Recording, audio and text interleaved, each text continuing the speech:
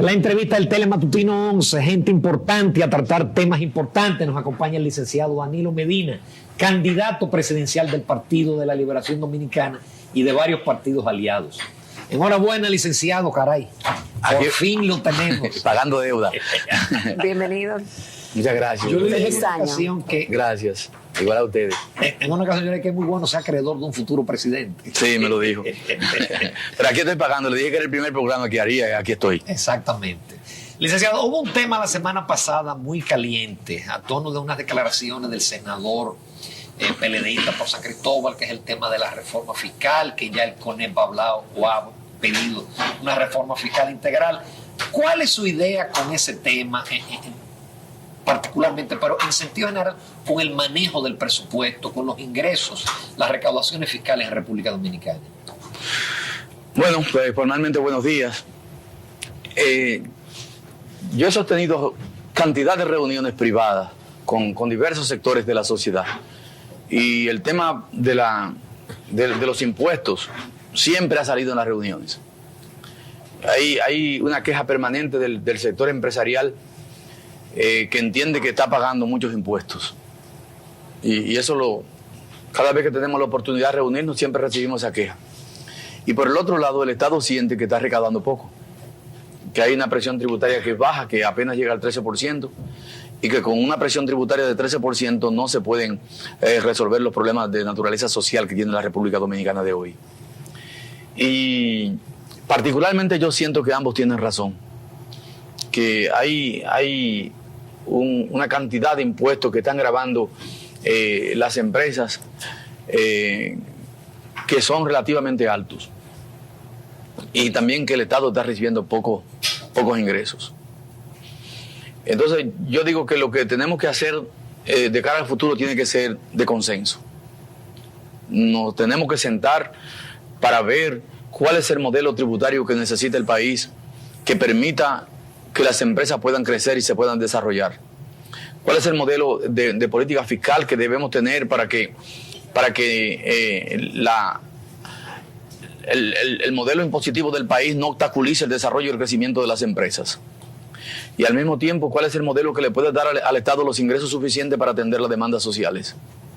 Entonces yo por eso he hablado de que yo quiero hacer grandes pactos en la transición. ¿En la transición? En la transición. Todos los acuerdos que yo creo que deben hacerse de cara al próximo gobierno se tienen que hacer en la transición.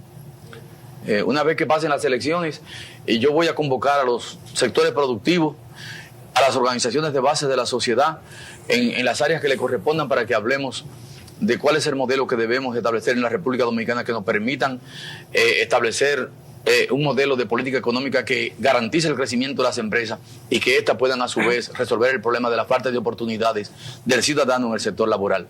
Yo quiero un acuerdo con las empresas que me ayuden a crear empleos. Y en eso vamos a trabajar.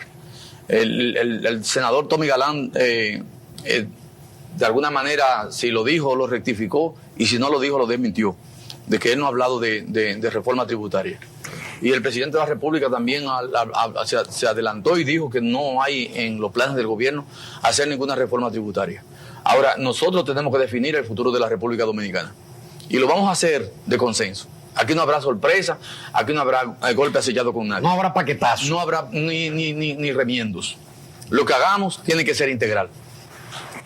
Señor candidato, pero ya eso está definido. Hay muchas cosas que preguntar y la verdad que es un rompecabezas ordenar las preguntas, pero usted ha dicho que quiere que los pobres dominicanos pasen a ser clase media, que tengan mayor poder adquisitivo, que puedan comprar, que realmente la economía se dinamice en ese sentido. El asunto es que hay muchas promesas, pero ¿cómo se va a hacer eso, por ejemplo? Sí, mire, mi conclusión particular de las trabas que tiene la economía dominicana para desarrollarse de manera definitiva es que el mercado interno es sumamente limitado, que la gente no tiene poder de compra, que los ingresos que reciben los ciudadanos son muy bajos.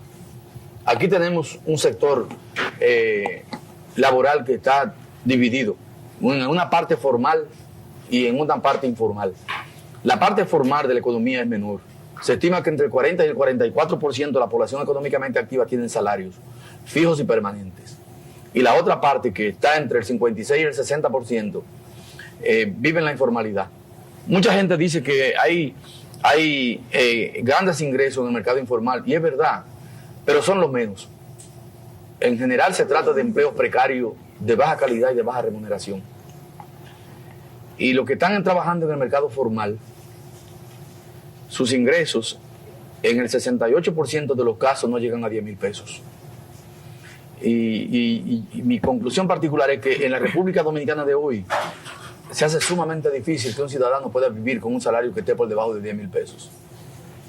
Y yo no estoy diciendo 10,000, es debajo de 10,000, 2,000, 3,000, 4,000, 5,000, 6,000. Entonces aquí hay que darle poder de compra a la gente. ¿Cómo lo vamos a hacer? Creando las condiciones de crear nuevas fuentes de trabajo en la República Dominicana. Y yo he dicho, por ejemplo, yo voy a apuntalar 4 ejes fundamentales de la producción: turismo, agropecuaria, MIPYME e industria.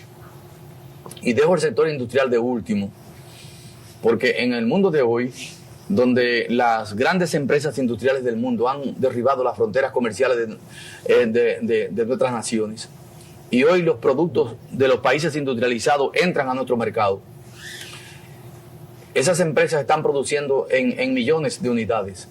Y nosotros aquí, con un mercado tan limitado de 10 millones, con apenas la mitad de la población con poder de compra, no podemos sostener un aparato industrial que tenga vocación de mercado interno. Pero en muchas oportunidades se ha dicho de que el salario en la República Dominicana... Pero déjeme explicarle cómo voy a crear empleo. Exacto, es ¿Cómo voy a crear los empleos para ir al tema?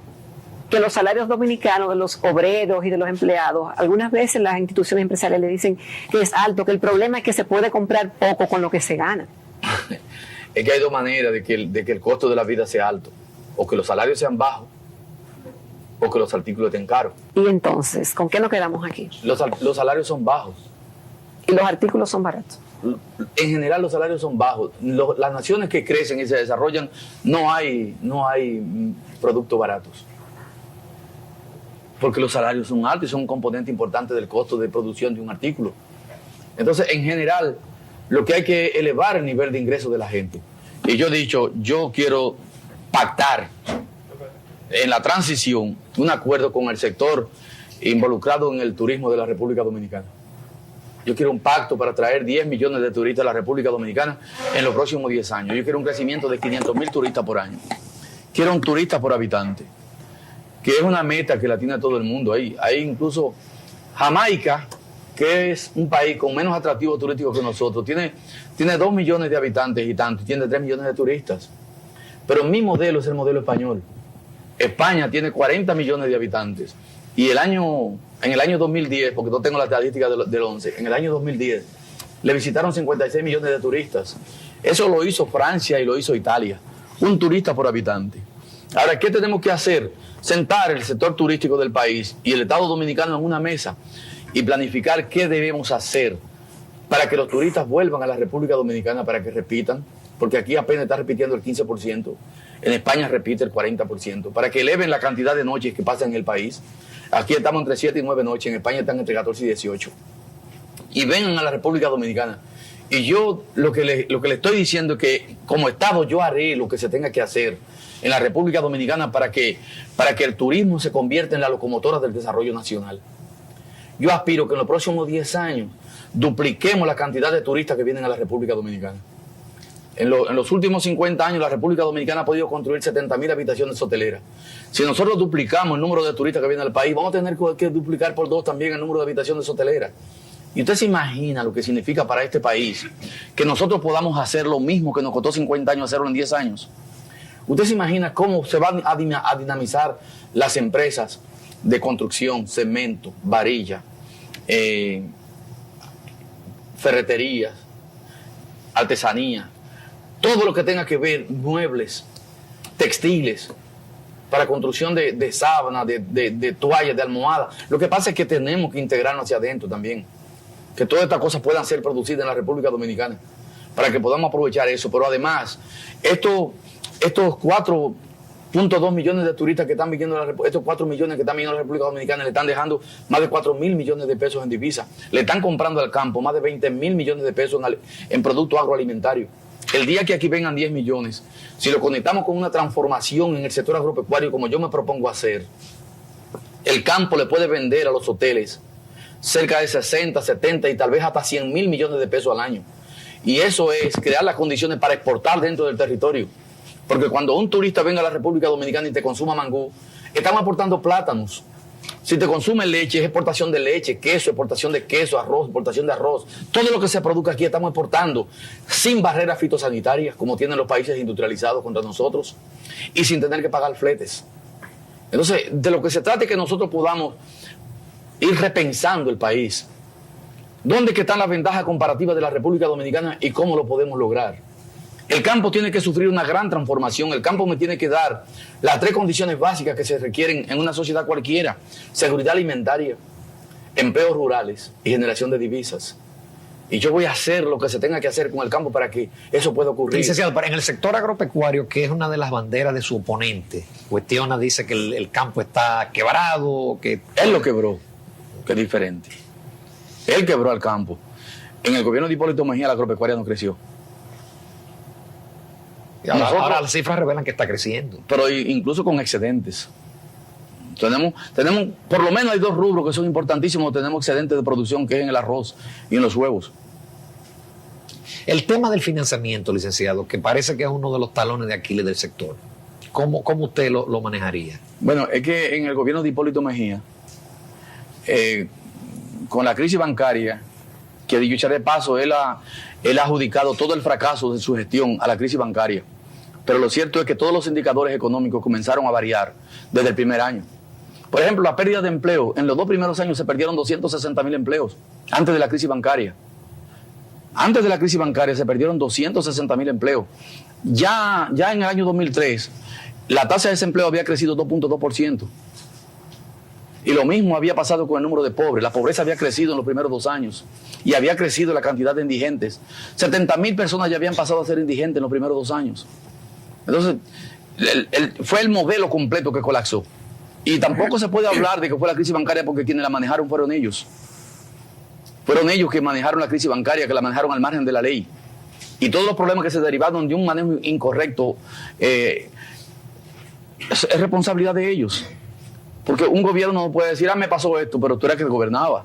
Tú tenías la responsabilidad de establecer la política que ese acto influyera lo menos posible en las condiciones de vida de la gente. No supieron hacerlo, agravaron las condiciones de vida de la gente. Y entre esas cosas tuvieron que pasar una nueva ley monetaria y financiera impuesta desde fuera para garantizar el ahorro de los ciudadanos, que clasificó el crédito en la República Dominicana por primera vez. Y hay crédito de alto riesgo, y la agropecuaria está en alto riesgo, y ellos lo dejaron en alto riesgo. Y no se establecieron las condiciones para ver de qué manera se iba a financiar el sector agropecuario. Porque el sector agropecuario necesitaba condiciones después de esa ley para que el crédito fuera al campo. No se establecieron. En primer lugar, había que establecer un seguro agropecuario. ¿Por qué es de alto riesgo? Porque nosotros estamos en la ruta de los ciclones, de los huracanes.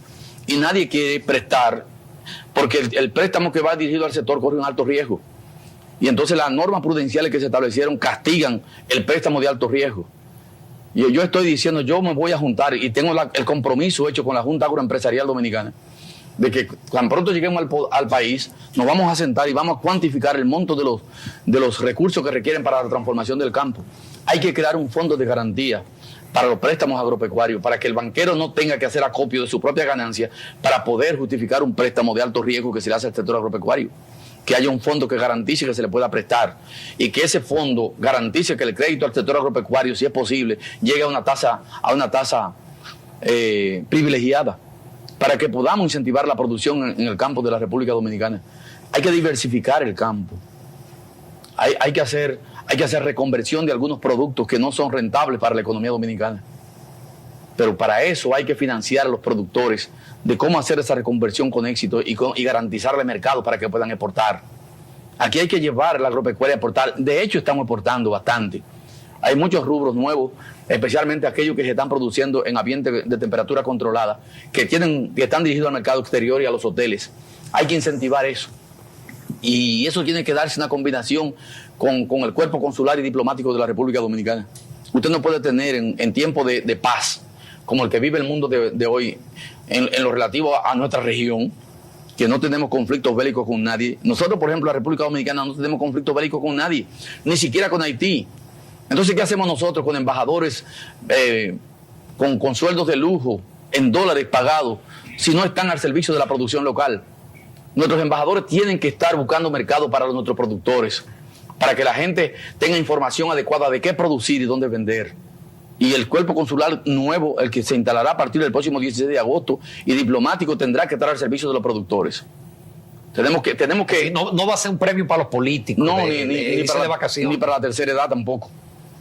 Aquí hay que privilegiar ahora a los jóvenes que están saliendo de las universidades con doctorado en negocios, para que se vayan a servirle a su país, a conseguir mercado para nuestros productores, para que podamos sacar a la República Dominicana al exterior.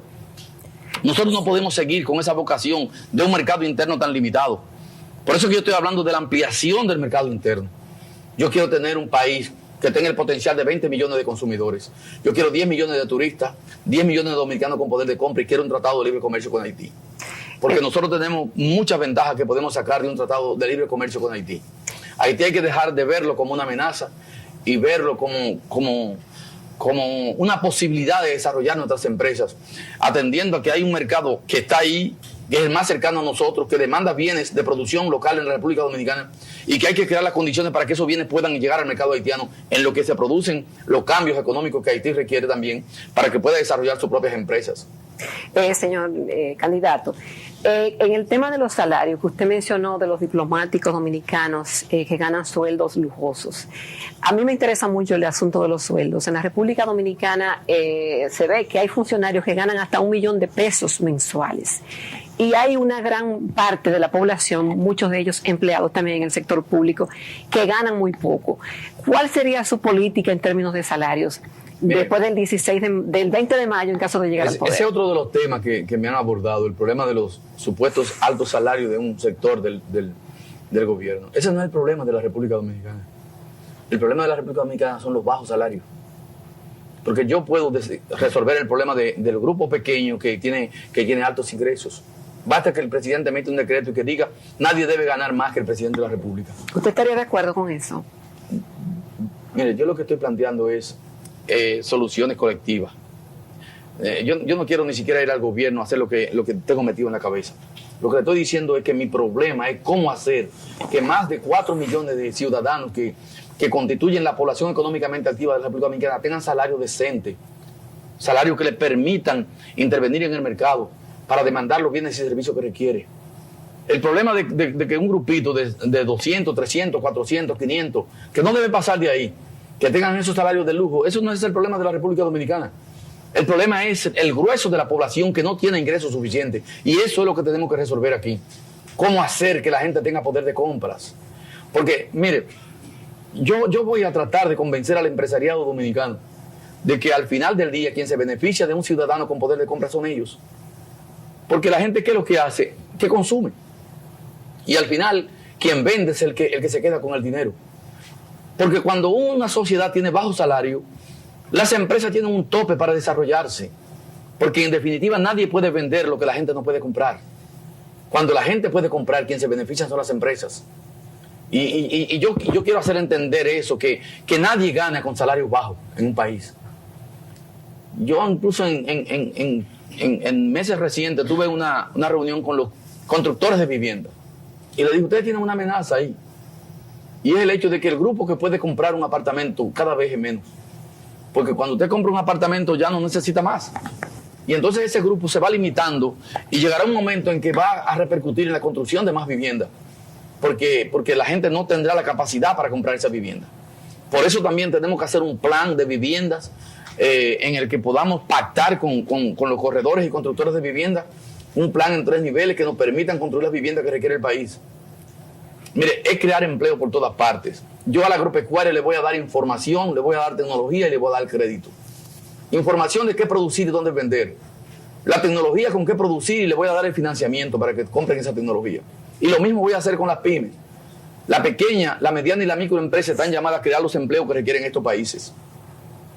Hay que romper esa cultura de que la gente viva de salarios. El problema de nosotros en América Latina es que el 80% de las personas viven de ingresos salariales. Y los ingresos salariales tancan y empobrecen a la gente. Pero eso no se cambia en 4 años, por ejemplo. Pero yo no estoy diciendo que lo voy a hacer en 4 años. Yo quiero un pacto de la sociedad a largo plazo yo incluso estoy diciendo que tan pronto pasen las elecciones, yo voy a buscar al PRD.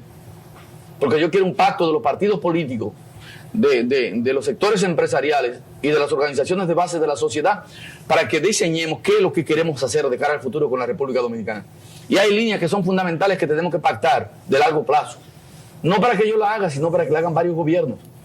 Pero que sea un pacto de la sociedad en el que nadie pueda salirse de ese pacto después que cambie el color de la bandera que ondea en el Palacio Nacional de qué partido es. Sino que sea un pacto de la sociedad en su conjunto y lo vamos a lograr. Entonces vamos a crear empleo en las pymes, en la agropecuaria y en turismo. Y cuando tengamos gente trabajando en turismo, en las pymes y en la agropecuaria, entonces se va a desarrollar el sector industrial que tiene vocación para el mercado interno. Y lo veremos. Aquí cantidad de empresas se han establecido en la República Dominicana, industriales, que hoy no la tenemos. ¿Qué pasó, por ejemplo, con Medias Corona?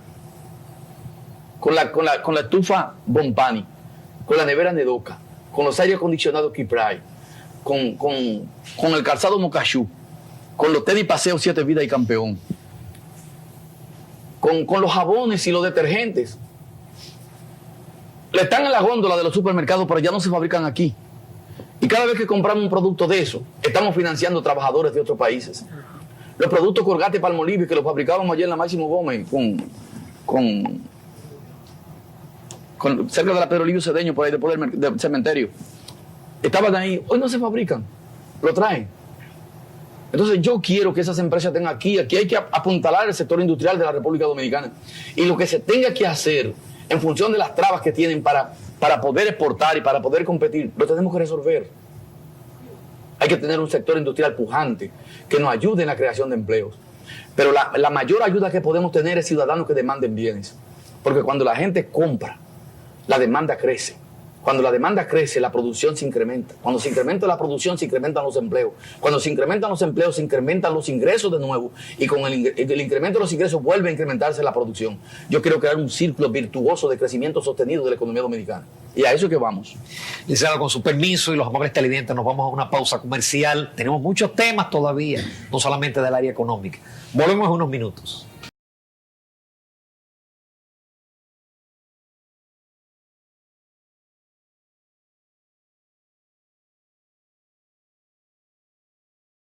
Bueno, esta mañana en Telematutino 11 nos sentimos honrados al recibir en nuestro programa al licenciado Danilo Medina, candidato presidencial del Partido de la Liberación Dominicana.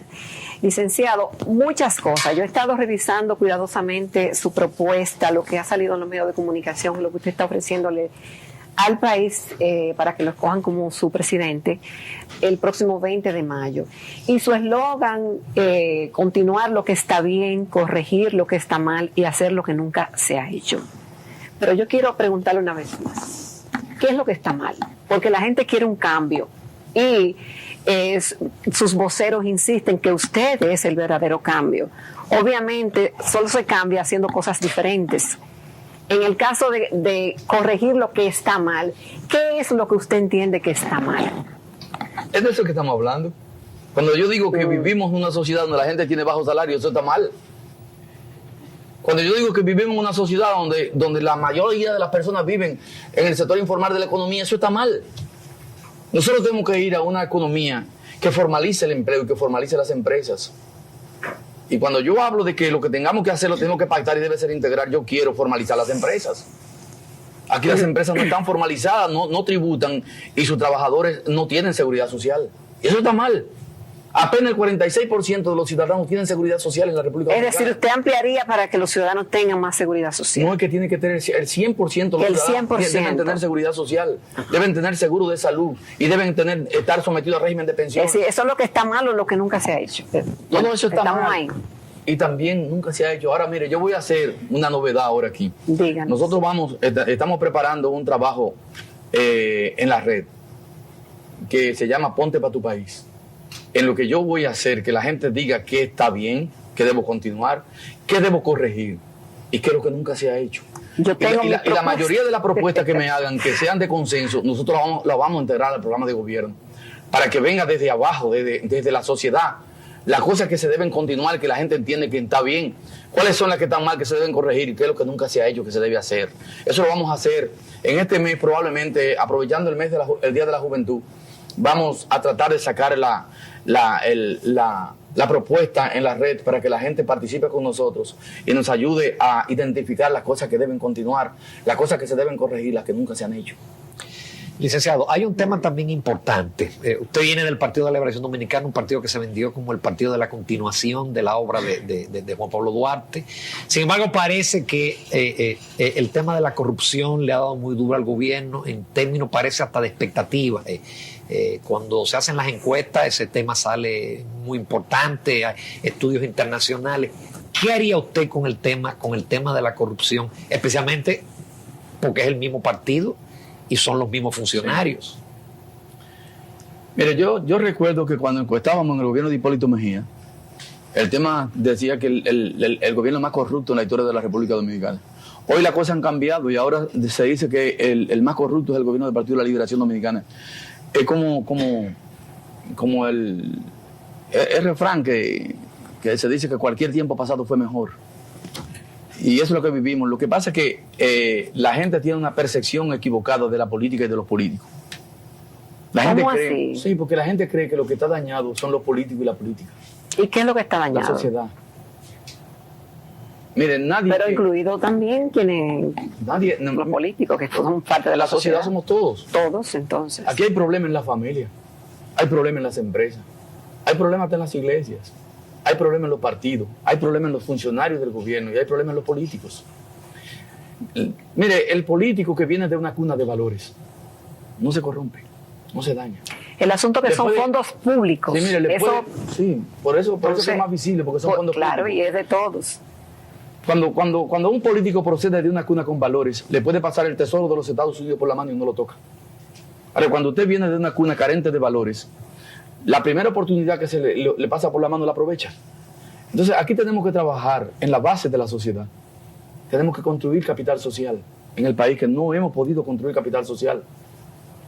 La gente no respeta lo que son bienes colectivos. La gente se monta en una guagua de onza y si puede sacar una cortapluma y romper el asiento cuando se para, lo hace. Y pregúntale al tren cuántos asientos ha tenido que reparar porque la gente los rompe.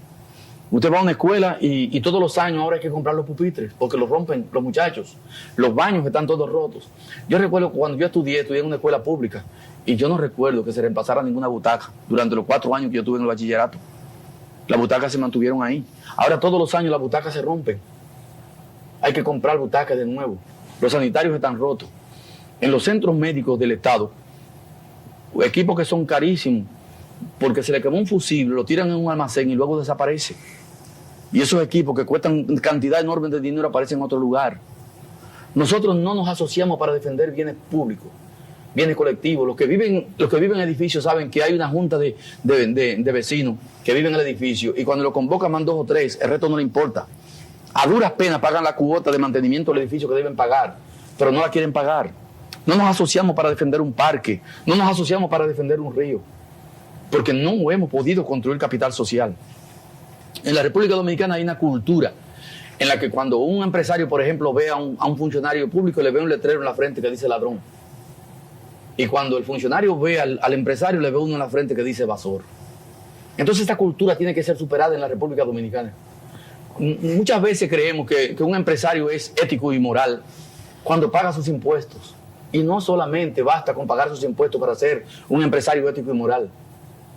Los impuestos hay que pagarlos porque es incluso hasta una ley divina desde Jesucristo, con aquello de al César lo que es del César y a Dios lo que es de Dios. Los impuestos deben pagarse, pero además de los impuestos, para que un empresario se considere ético y moral, ese empresario debe reunir una serie de requisitos, entre los que están, por ejemplo, cuál es la relación del empresario con sus trabajadores. Si le importa que sus trabajadores puedan educar a sus hijos, si le importa que su trabajador pueda tener una vivienda, si le importa que su trabajador tenga un seguro de salud, que pueda atender sus enfermedades cuando se enferma él y su familia. Si ese empresario está pagando mano de obra ilegal para bajar costos, si está contratando mano de obra infantil para bajar costos, si está contaminando ríos o está contaminando el medio ambiente para bajar costos. Todo eso lo debe reunir un empresario que quiera ser ético y moral. Y un político no basta con que no robe si quiere ser ético y moral. tiene que reunir dos condiciones adicionales. Número uno, que lo que diga que la agenda de su gobierno sea la agenda de su pueblo. Y número tres, además de no robar, que lo que diga en su discurso se corresponda con sus actos. ¿Usted va a buscar ese tipo de funcionarios en su gobierno? Yo quiero lo mejor del país para gobernar la República Dominicana. Yo por eso estoy hablando de que yo quiero un gobierno de amplia base. Y estoy construyendo ese aparato que me va a llevar al poder de amplia base. Yo estoy llevando a la actividad política gente que nunca en su vida habían hecho política, que nunca en su vida habían dado la cara para hacer política. Aquí mismo estuvo con Uchi hace un ratito sentado el señor César Nicolás Penso, que ha decidido dar un paso al frente apoyándonos. Como César Nicolás Penso hay cientos, yo digo que hay miles ya con nosotros. Yo he podido construir un sector externo que me está aportando más de 700,000 ciudadanos que no están en el padrón del Partido de la Liberación Dominicana. Y muchos que han decidido formar estructuras porque creen en el proyecto que estamos presentando al país, que nunca habían hecho política. Yo estoy ampliando la base de partidos que apoyan al Partido de la Liberación Dominicana. Y al mismo tiempo yo voy a gobernar con los sectores productivos del país. Aquí llegó el momento que el país decida qué rumbo quiere, que nos enfoquemos, porque yo he dicho que uno de los problemas que tiene el Estado Dominicano es que históricamente se ha manejado como el director de una orquesta, que sus músicos tocan sin partituras. Yo quiero que mis músicos tengan partituras y que yo sea el director de su orquesta.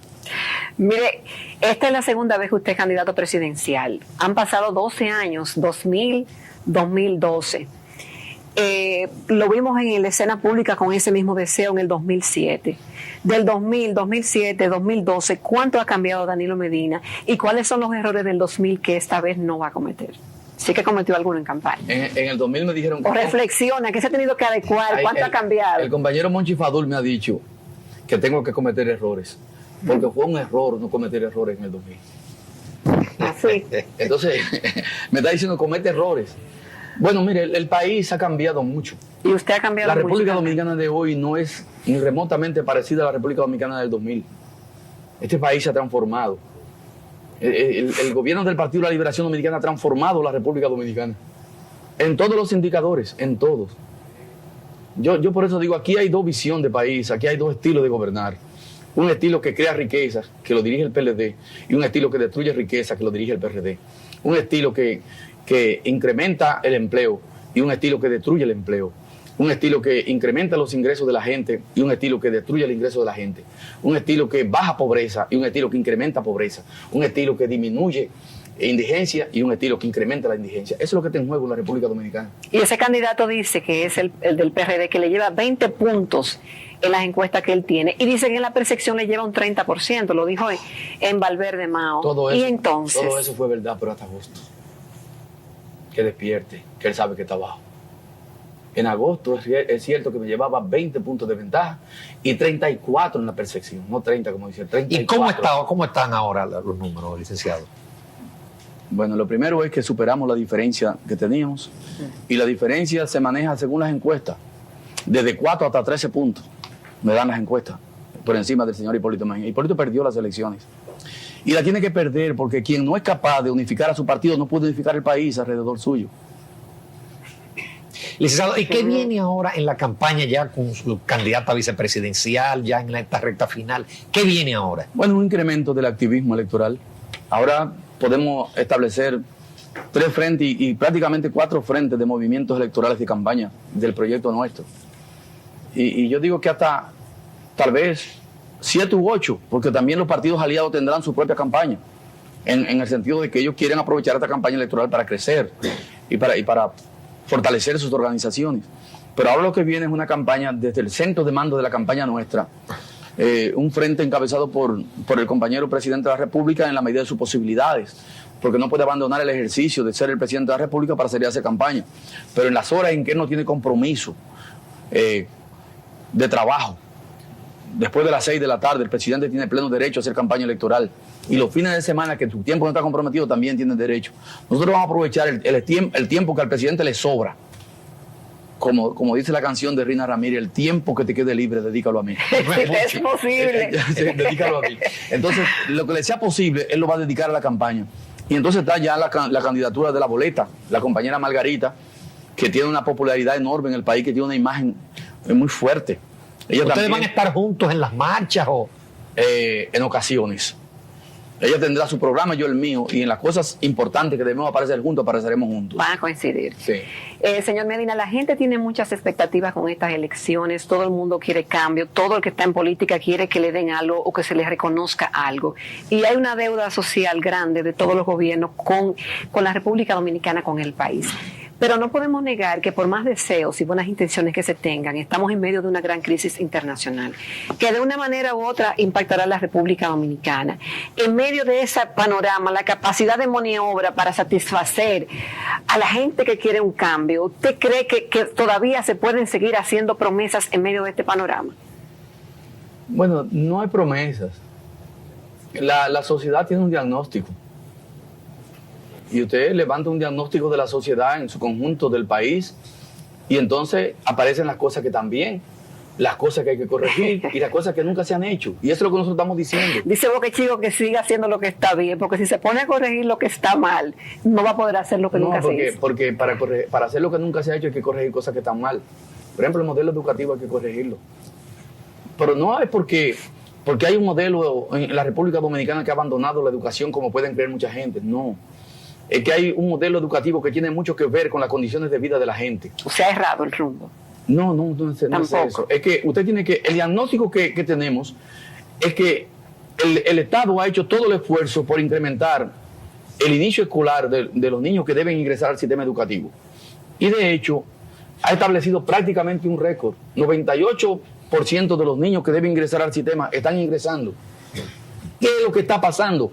Que el Estado garantiza el ingreso a las aulas de los niños y los niños abandonan las aulas y repiten. Ese es el problema que hay que resolver. ¿Por qué repiten y por qué abandonan? Pero la deserción se ha reducido. El hecho es que las estadísticas dicen que para que una persona esté en condiciones de ingresar al mercado laboral con la posibilidad de recibir un ingreso que esté por encima de la línea de pobreza, se requieren 12 años en promedio de escolaridad. En la República Dominicana estamos entre 7 y 8 años de escolaridad. Una cifra que usted puede decir, bueno, está cercana por lo menos a los 8 años, al 8º grado. Ahora, ¿está todo el mundo ingresando, consiguiendo esos 8 años? No. Los que nacieron en el 20% más pobres, solo el 42% está terminando la educación básica. Solo el 12% está terminando los 12 años. Y solo el 0.9% se está haciendo profesional universitario. ¿Qué estamos diciendo?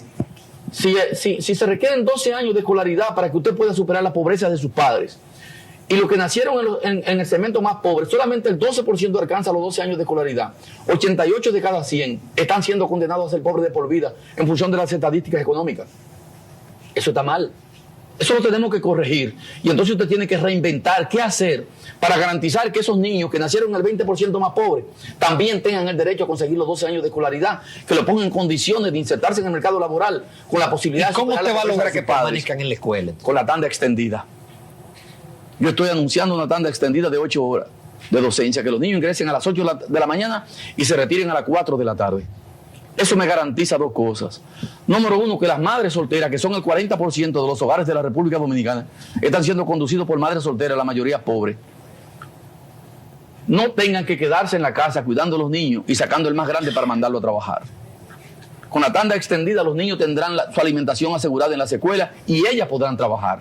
Y yo voy a crear las condiciones a través de mi programa para el desarrollo de la micro, pequeña y mediana empresa, de que ellas tengan el derecho a un financiamiento, para que puedan establecer un pequeño negocio que les permite producir y garantizar los ingresos para echar hacia adelante a su familia. Mire, nosotros somos uno de los países con mayor nivel de bancarización de la gente.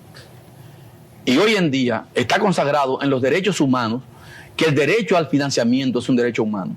Y cuando una persona no tiene derecho a un financiamiento, le están violentando sus derechos humanos. Ahora, ¿qué es lo que pasa? Que tampoco usted le puede exigir a una institución financiera que le preste a una persona sin garantía, porque hay una ley que penaliza los créditos sin garantía. Entonces, quien tiene que asumir ese papel es el Estado Dominicano. Y a eso voy. A crear las condiciones para que la gente pueda tener el derecho a un financiamiento. Si no tienen prendas que poner en garantía, que lo puedan hacer con un crédito solidario. Un crédito de palabras, que lo vengo anunciando desde el año 2000, para que la gente pueda tener el acceso a un financiamiento. Y yo voy a comenzar por las madres solteras, jefas de hogares, Por eso que estoy hablando que voy a crear el Banco de la Mujer en la República Dominicana para hacer financiamiento a todas estas mujeres que no tienen acceso a un crédito que les permite establecer un pequeño negocio para producir y generar los propios ingresos de ellas. Licenciado, yo tengo muchas preguntas y nos queda poco tiempo. Sí. El país está pendiente de la 7ª y 8ª revisión del programa con el fondo, pero el programa con el fondo, como quiera, se agota en este gobierno. ¿Estaría usted dispuesto en su gobierno a firmar otro acuerdo, otro programa con el Fondo Monetario? Y el tema del endeudamiento que ha sido tan cuestionado por parte de los economistas del PRD. Mire, el acuerdo con el fondo vence en el mes de febrero. Falta la 7ª y la 8ª revisión. Yo sé que con la 7ª revisión no hay ningún problema. Donde puede haber problemas en la 8ª revisión, pero el acuerdo terminó. Ahora, este acuerdo implica también un acuerdo adicional de monitoreo de la economía. A partir de la finalización del acuerdo, yo estoy de acuerdo que se siga con ese programa de monitoreo. Y que una vez finalizado el periodo, que creo que finalizaría después de las elecciones, entonces que el nuevo gobierno tenga que decidir el camino que va a tomar con relación al Fondo Monetario Internacional. No es malo que la economía nuestra siga siendo vigilada de cerca por el Fondo Monetario Internacional, por el hecho de que estamos en una crisis internacional de grandes dimensiones que no ha terminado, que no se espera que termine por ahora, que mucha gente entiende que se prolongará hasta el año 2016 y algunos creen que cuidado. Entonces no es mal que podamos tener una supervisión de esos acuerdos. Y con relación al tema de la deuda, para mí la deuda es alta. Ahora, la República Dominicana ha tenido que caer en esta situación y no puede convertirse en un exportador neto de capitales. O sea, el país no puede cerrar su puerta a la consecución de nuevos créditos que le permitan impulsar el desarrollo nacional. El gobierno de ustedes, el primer gobierno del PLD. Pero ahí ocurrió básicamente porque nosotros no tuvimos congreso y el PRD no colaboró con nosotros, no nos quiso aprobar nada. Afortunadamente nosotros tenemos ahora un congreso en el que nosotros podemos utilizar para las cosas que beneficien al país. Y yo digo, yo me manejaré con el balance. Si estoy pagando 1.000, debo buscar 1.000 prestados. Porque yo no puedo amarrarme las manos y convertir al país en un aportador de capitales. Pero significa que entonces usted va a lograr superávit primario en la ejecución presupuestaria. Hay un compromiso con generar un superávit primario. Y creo que a la economía le conviene. Hay mucha gente que tal vez no entienden qué es eso de tener un superávit primario. Es que en tiempos de crecimiento el Estado puede hacer ahorros para atacar tiempos de escasez, que es el principio económico desde los inicios del mundo, aquello de las vacas gordas y las vacas flacas, parte de ahí. Cuando vinieron los tiempos de vacas gordas, lo que le aconsejaron a Reyes fue que hiciera reserva de la producción, porque venían tiempos de escasez, para que en los tiempos de escasez pudiera hacer uso de esa reserva. Chile lo hizo con muchos éxitos. El éxito de Chile en el manejo de esta crisis fue esa, que utilizó este problema en las enseñanzas de las vacas gordas y las vacas flacas. Chile pudo hacer un ahorro y ahora cuando vino el problema de la crisis internacional, Chile pudo acudir a sus propios ahorros, como hace el oso, que consume su grasa cuando no puede consumir alimento. Sí, estamos muy pocos minutos. Sí, una última pregunta. Tenemos un candidato presidencial. Sí, pero señor candidato, hay muchas cosas que se proponen donde el recurso es importante, pero hay otras cosas que solamente la voluntad puede hacerla, que no se necesita dinero. Este país es evidente que hay mucho desorden. En las calles es una selva. Y debe haber una mano, alguien que dé un ejemplo desde arriba para desentar el país, y eso no necesariamente tiene que involucrar recursos, las instituciones, que se cumplan las leyes. Aquí hay muchas leyes, muy buenas muchas de ellas, ni siquiera se cumplen, pero nadie dice nada, y todos los cambios que se proponen son a base de dinero, y el dinero no solamente es importante para algunas cosas, hay cosas que se pueden hacer perfectamente sin dinero, solamente con la voluntad. ¿Usted estaría dispuesto a hacer ese cambio de adecentar la República Dominicana? A propósito del cambio, los vehículos mecánicos tienen una transmisión en la que tienen 4 y 5 cambios hacia adelante y tienen un cambio hacia atrás. Ajá. El otro candidato dice ser el cambio, pero yo creo que a lo más que llegue es a reversa. El cambio somos nosotros. Yo voy a un régimen del imperio de la ley, pero el respeto a la ley para todos. Porque muchas veces el ciudadano quiere que se respete la ley cuando la ley no le toca. Pero cuando la ley me toca, entonces quieren que hagamos los subterfugios que sean necesarios para que yo vulnere la ley. Vamos al cumplimiento de la ley para el chiquito, para el mediano y para el grande. y que nadie se le acerque al presidente de la República para pedir que esta ley me afecta y que debo tomar algunas medidas para vulnerar esa ley. Es decir, que usted promete un gobierno con equidad para todos los ciudadanos. De eso se trata. Eso implica muchas cosas. Si queremos cosas. crear ciudadanía, si queremos fortalecer las instituciones democráticas, tenemos que actuar de esa manera. Que la gente de abajo sienta que tiene derecho adquirido y que esos derechos se les respetan. Que no se requiere dinero para que sus derechos sean respetados. Y a eso voy. Cuando yo hablo de que estamos violando los derechos humanos de gente que no tiene acceso a un crédito, es eso lo que estoy buscando. Equidad. Bueno. Licenciado Danilo Medina, muchísimas gracias por haber, vamos a decir, su primer programa del año, habernos utilizado acá en el Telematutinos. Muy agradecido. Yo espero que antes del 20 de mayo. Volvemos. Volver. Y después del 20 de mayo. Y después del 20 de mayo, por supuesto. Muchísimas gracias. Volvemos. Muchas gracias a ustedes. Gracias. Nos despedimos de aquí, amables televidentes. Hemos agotado nuestra jornada.